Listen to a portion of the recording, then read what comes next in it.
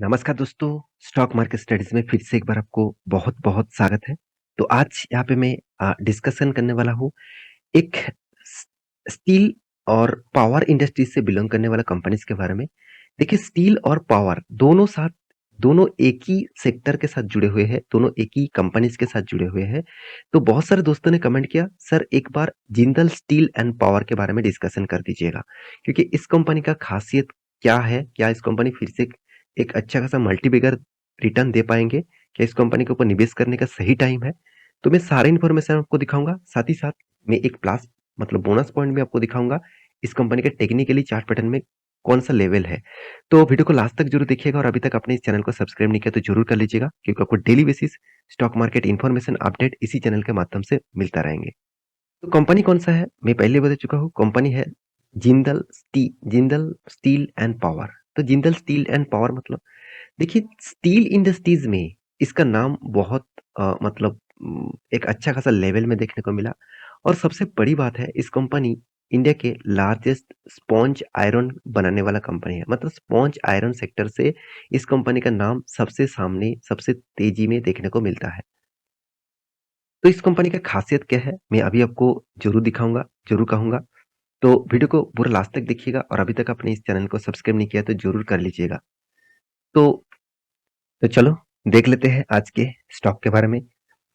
सबसे पहले मैं एक बार वेबसाइट आपको विजिट करा दूं तो आपको जो चीज दिखेगा यहाँ पे देख सकते हैं 9.6 मिलियन टन पर एनम। तो टोटल जो स्टील का प्रोडक्शन होता है वो 9.6 मिलियन टन पर एनम का और करीबन करीबन 20 के मतलब 20,000 से भी ज्यादा इसका एम्प्लॉयज है 3 कंट्रीज में।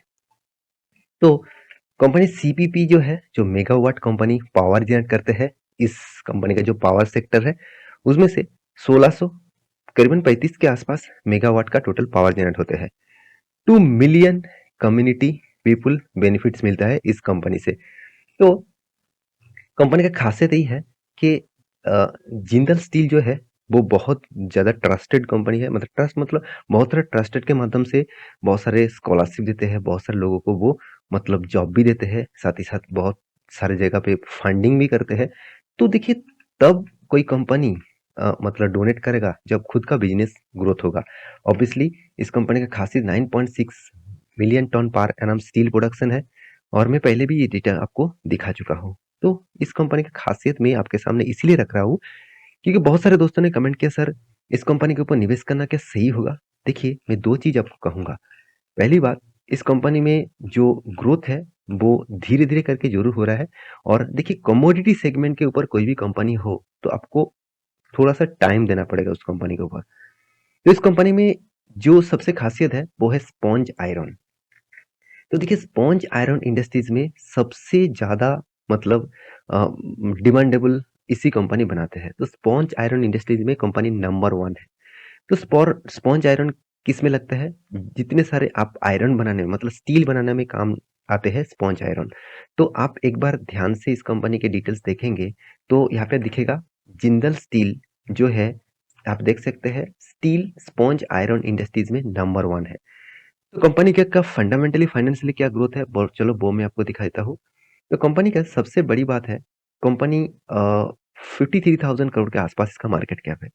13 के आसपास इसका पी रेशियो है और return of equity return of capital employed देखा जाए तो 21% और 17% के आसपास return of equities and return of capital employed देखने को मिला।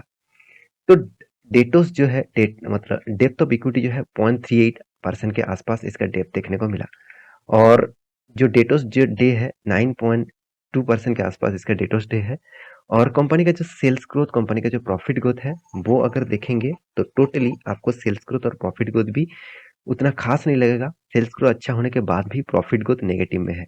तो इसका मतलब है कंपनी का सेल्स ग्रोथ ज्यादा होने के बाद भी प्रॉफिट मार्जिन नेगेटिव इसी होने के कारण एक्चुअली देखा जाए तो कंपनी का रॉ मटेरियल्स का खर्चा। तो कमोडिटी मार्केट है, जब डॉलर के प्राइस बढ़ जाएगा तो इस कंपनी के ऊपर खतरा ज्यादा बढ़ते हैं। तो कंपनी देखिए इंडिया में नहीं, कौन सा ग्लोबली मार्केट में माल बेचते हैं।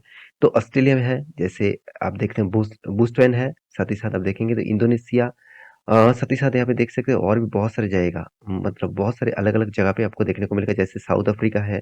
साथ ही साथ आप देखेंगे यहाँ पे देखिए तंजानिया है, जिम्बाब्वे है, नामीबिया है। तो इस तरीके से बहुत सारी जगह पे कंपनी प्रोडक्शन बेचते रहते हैं। तो कंपनी डिविडेंड पे आउट भी 5.27% के दे चुके हैं। 1 रुपया कमाने के लिए कंपनी को 1 रुपया पेमेंट करना पड़ रहा है। तो प्रॉफिट एंड लॉस के बारे में बात करें तो company continuously profit and loss को मेंटेन किया। हाँ, बीच में कंपनी लगातार लॉस करते थे। कोविड की सिचुएशन के टाइम तक कंपनी लॉस किया, उसके बाद कंपनी ने फिर से रिकवरी किया और अच्छा खासा एक काम यहाँ पे कर रहा है। तो कंपनी के कैश फ्लो के बारे में बात करूँ तो कैश फ्लो भी देखिए कंपनी का मेंटेन हो रहा है। हर साल में कंपनी कैश फ्लो को मेंटेन कर रहा है। ये सबसे बड़ा खासियत है।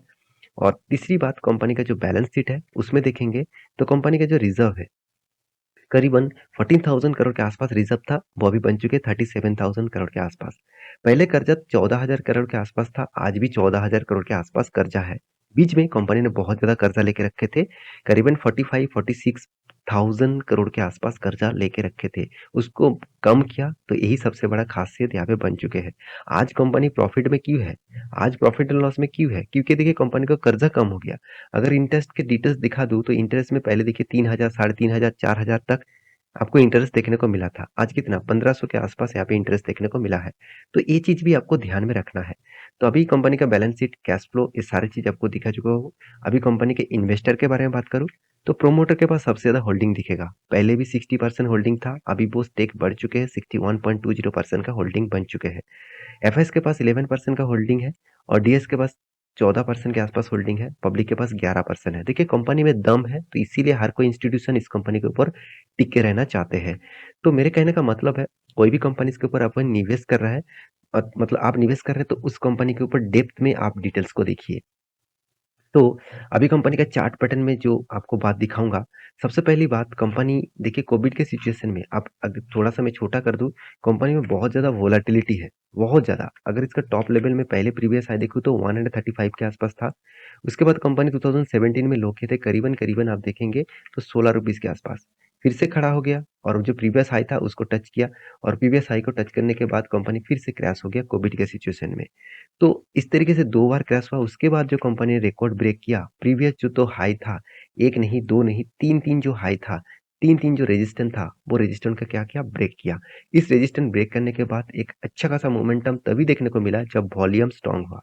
तो वॉल्यूम स्ट्रांग होने के बाद हाई तो किए थे, फिर से कमोडिटी मार्केट में इम्पैक्ट आया, ग्लोबली मार्केट में इम्पैक्ट आया, यूएस मार्केट में इन्फ्लुएंसी रेट बढ़ गया, उसके कारण फिर से क्रैश हो गया।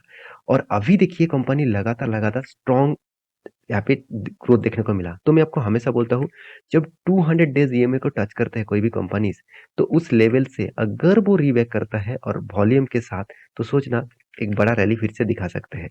और ये रैली मुझे लगता है यहाँ पे जो 2 लेवल्स है, इस जो लेवल्स है इस लेवल तक जो आएगा जरूर।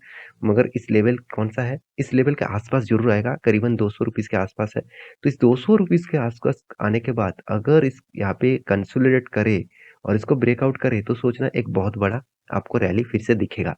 तो ये था कंपनी का पूरा डिटेल्स। आप इस तरीके से चार्ट पैटर्न को एनालिसिस करना सीखना चाहते हैं तो मेरे साथ जुड़े रहिए, और इस तरीके से स्टॉक के बारे में जानना है तो मेरे साथ जुड़े रहिए। मिलते हैं इसी तरीके से नया स्टॉक लेके, तब तक के लिए अच्छे से रहिए, अपने ख्याल रखिए, बाय बाय।